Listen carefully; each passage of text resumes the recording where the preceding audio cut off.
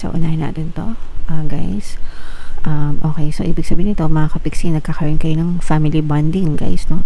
And ito naman ay natural or normal kapag ka pumapasok yung bare months, mga kapiksi, kasi nga holiday season, so nagkakaroon talaga ng mga family reunion, guys. Okay, so for some of you, maaaring magiging masyado kayong abala sa mga family reunions, mga kapiksi. Bukod sa mga family reunions, guys, ibig sabihin nito, tumitibay din yung samahan sa loob ng inyong tahanan, sa loob.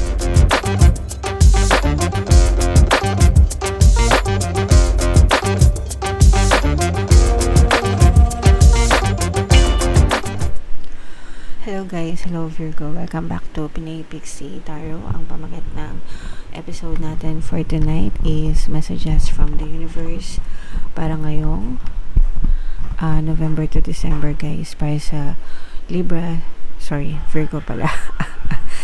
Naayos ko kasi yung mic ko, mga kapiksi. Yeah, so para sa Virgo, Sun, Moon, Rising Sign, and Venus. Available na, guys, yung inyong 2026 kapalaran. Para sa bawat zodiac signs. Kung di nyo pa na papanood, guys, punta lang kayo sa homepage natin. Nandun yung reading nyo, mga kapiksi. So, ilatag muna natin, guys. Kung ano lang yung makaresonate, take that message, kasi hindi lahat ng mensahe ay magre-resonate sa inyo, mga kapiksi. Okay. So, unahin natin to, guys. Okay, so ibig sabihin nito, mga kapiksi, nagkakaroon kayo ng family bonding, guys, no? And ito naman ay natural or normal kapag ka pumapasok yung bare months, mga kapiksi, kasi nga holiday season, so nagkakaroon talaga ng mga family reunion, guys. Okay, so for some of you, maaaring magiging masyado kayong abala sa mga family reunions, mga kapiksi. Bukod sa mga family reunions, guys, ibig sabihin nito, tumitibay din yung samahan sa loob ng inyong tahanan, sa loob ng inyong pamilya. Kung nagkakaroon ng mga gusot, mga kapiksi,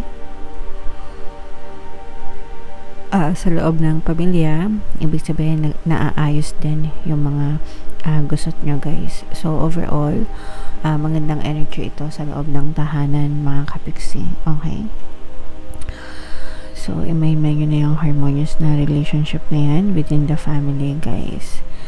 Yung next message sa inyo, this is a fire sign energy, Aries, Leo, Sagittarius. For some of you, guys, maaring may fire element kayo sa inyong natal chart, or you may be dealing with another fire sign. Pero ibig sabihin nito, guys, balanse ang lahat, no, sa buhay nyo. So tama lang yan, guys, kasi sabi ko nga, you cannot appreciate light without darkness, and you cannot appreciate darkness without light. So kailangan natin yon, mga kapiksi. Paminsan-minsan kailangan natin yung mga problema, yung mga negative na circumstances, para ma-appreciate natin yung mga positive na nangyayari sa atin. Guys, okay, and just keep it up, mga kapiksi, no? Ilagay lang sa tamang balanse yung mga bagay-bagay sa buhay nyo. Another message para sa inyo, Virgo. Wow, so ito, guys, may paparating na sa inyo, yung mga matagal nyo nang inaantay, mga kapiksi, no? Maaari na siyang dumating sa inyo. So kung especially sa mga balita, mga impormasyon, sa mga news, no? Mga news, update, balita, information, yan, any kind of communication, mga kapiksi. If matagal na kayo nag-aantay, if nasa waiting period kayo for the longest time, huwag kayong mag-alala, konting tiis na lang, maaari nyo nang matanggap yung mga good news na yan. For some of you, pwedeng natanggap nyo na nga, no, yung iba sa inyo, guys. Pero if you are still waiting, konting panahon na lang, guys, dadating din yung mga good news na yan, mga kapiksi.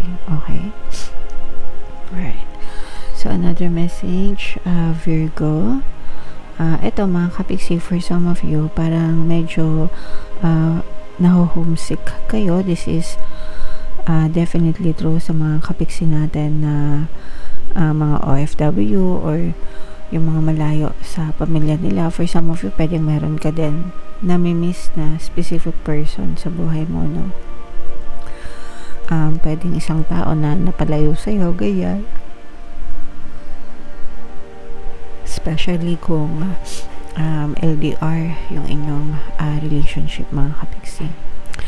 But this is more on longing, guys. So, sa panahon ngayon, mas madali na lang kasi meron ng internet, 'di ba? So madali na yung communication. Pwedeng may delay kung magkaiba kayo ng time zone, kasi minsan pag magkaiba yung time zone, kunwari umaga sa'yo, gabi sa kanila, kapag ka nag-text kayo, baka tulog sila, or kapag ka tumawag sila, tulog kayo, yung mga ganun. So doon nagkakaroon ng delay sa communication, but mas madali pa rin kumpara nung unang araw, nung unang panahon. Yung mga OFW dati, yung mga nanay, tatay nyo, mga lolo-lola nyo, di ba? Sulat. Sulat via airmail yung padala, guys. So, it will take mga 1 to 2 weeks bago nyo matanggap. Pag madali, kailangan telegrama, di ba? So, yung mga ganun.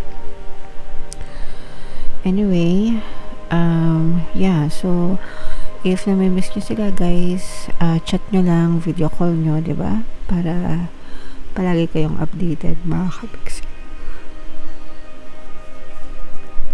Right, another message para sa inyo, guys. Ito, ibig sabihin nito, for some of you, parang naghahanda. Ito, guys, I'm sensing na you are preparing, no, for 2026, planning ahead, nagpaplano para sa 2026, organizing things, ino-organize nyo kung ano yung mga dapat nyong ayusin, mga dapat nyong unahin, mga dapat nyong i-prioritize, yung mga ganun.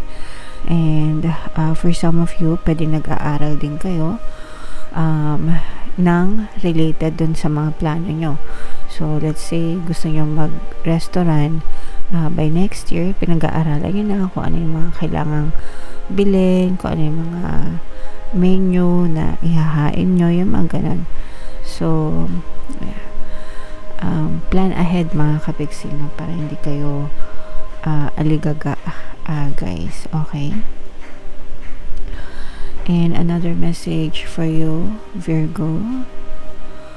Wow, eto, guys, ibig sabihin nito, this is positive in terms of habits, guys, no? Ibig sabihin nito, nagbabago kayo ng mga perspective nyo sa buhay. Maganda ito kung from negative to positive, pero kung positive to negative, syempre hindi maganda. Pero kung, let's say, for example, ikaw sobrang nega ka sa buhay mo, wala ka nang ginawa kundi magreklamo, ganyan. Ibig sabihin nito, you're trying to build new positive habits, new perception in life, para mabago yung pananaw mo, para mabago din yung buhay mo. Kasi yung buhay natin, sumusunod lang yan sa kung ano yung pananaw natin, kung ano yung pinaniniwalaan natin totoo sa buhay natin, whether it's negative or positive. So, example, kung naniniwala ka, malas ka. Kung naniniwala ka, swerte ka. Okay? So, ganun. And yung iba sa inyo, talagang wino-workout nyo, guys, na magbago yung mga perception nyo para magbago din yung inyong physical reality. So, keep up the good work, guys.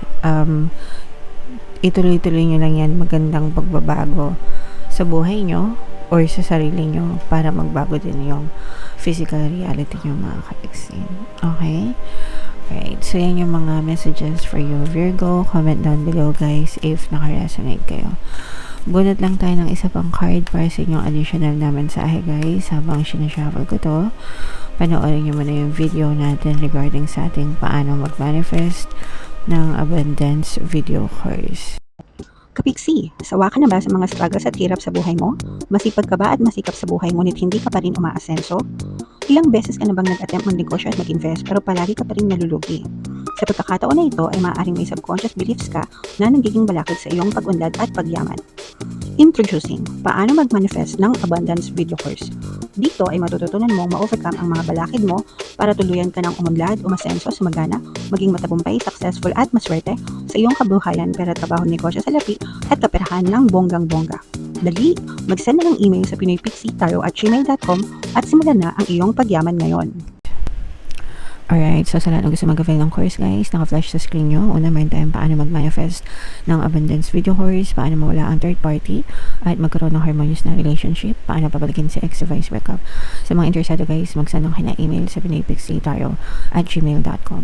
And sa mga naghahanap ng pampaswerte na lucky charms or bracelet guys, sa Venturing tsaka Citrine, yung recommended ko, may makikita kayong mga links sa description box guys. So, ito yung additional na message natin for you, Virgo. Play, have fun, celebrate. Don't be so serious. Okay lang na magseryoso tayo sa mga obligasyon natin, guys, no? Pero, kailangan din nating balansehin. Sabi ko nga, diba? Kailangan balanse yung mga bagay-bagay. So, it's not all about responsibilities, but also having fun while doing your responsibilities. Kailangan masaya pa rin tayo, mga kapiksi. Okay? So, have fun, celebrate, labas-labas ng konti, unwind, mga kapiksi. Kung ayaw nyo lumabas, pwede naman mag-enjoy kayo sa loob ng bahay, mga kapiksi. Pero you should have fun. You should still have fun, guys, para ma-distress kayo, mawala yung mga stress nyo, makapag-recharge kayo ng battery nyo, and mas gumaan yung inyong pakiramdam, and mas maging productive kayo, mga kapiksi. Alright? Kasi minsan kapag puro problema, puro obligasyon, nakaka-stress din yan guys, nakaka-burnout. Alright? Okay, so yeah. Comment down below, Virgo, if feeling nyo naka-resonate kayo sa mga messages, guys. And yung mga magaganda dito. Itong mga harmonious relationship. Itong mga good news, guys. Itong mga positive habits. Yan, i-main-main nyo na sa comment section, mga kapiksi. So, ito yung ating 2026 kapalaran. Panoorin nyo na. Ito naman yung ating success stories ng paano mag-manifest ng abundance video course. Click here to subscribe, guys. Thank you for liking, sharing, and subscribing. See you next time. I love you all. Have a nice day. Bye-bye.